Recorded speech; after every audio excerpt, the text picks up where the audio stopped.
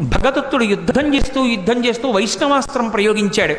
ఆ వైష్ణవాస్త్రం తిన్నగా వచ్చి అర్జునుడికి కొట్టేస్తుంది. దానికి ఇంక ఎదురులేదు. అది వచ్చేస్తోంది. కృష్ణ పరమాత్మ అర్జునుడికి ఎదురు నిలబడ్డాడు. నిలబడితే అది వైజయంతి మాలగా పడిపోయింది. అర్జునుడు నింద చేశాడు కృష్ణుణ్ణి. ఏమి కృష్ణ, నీ చేతకాని వాడినా అస్తమానం నువ్వెందుకు అడ్డుకుంటావు? నేను యుద్ధం చేయలేనా? ఏమనుకుంటారు అందరూ నన్ను అడిగాడు. బావా, నీకు తెలియదు, ఒకానొకప్పుడు నేను శ్రీ మహావిష్ణువుగా ఉన్నప్పుడు ఈ భూమినంతటినీ పైకి ఉద్ధరించాను కోర మీద.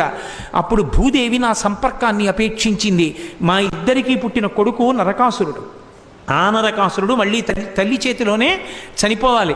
అందుకే సత్యభామ అన్న పేరుతో భూదేవి వచ్చినప్పుడు ఆవిడ చేతిలో నిహతుడయ్యాడు. నరకాసురుడి కొడుకు భగదత్తుడు. నాకు సంబంధించిన వైష్ణవాస్త్రం అతని చేతిలో ఉంది. ఆ వైష్ణవాస్త్రాన్ని ఎవరూ అడ్డలేరు, నీ సాధ్యం కాదు. అందుకే దానికి నేనే అడ్డెళ్ళి నాలోకే వైజయంతిమాలగా వేసుకున్నాను. ఇప్పుడు సంహరించు భగదత్తుడు అన్నాడు.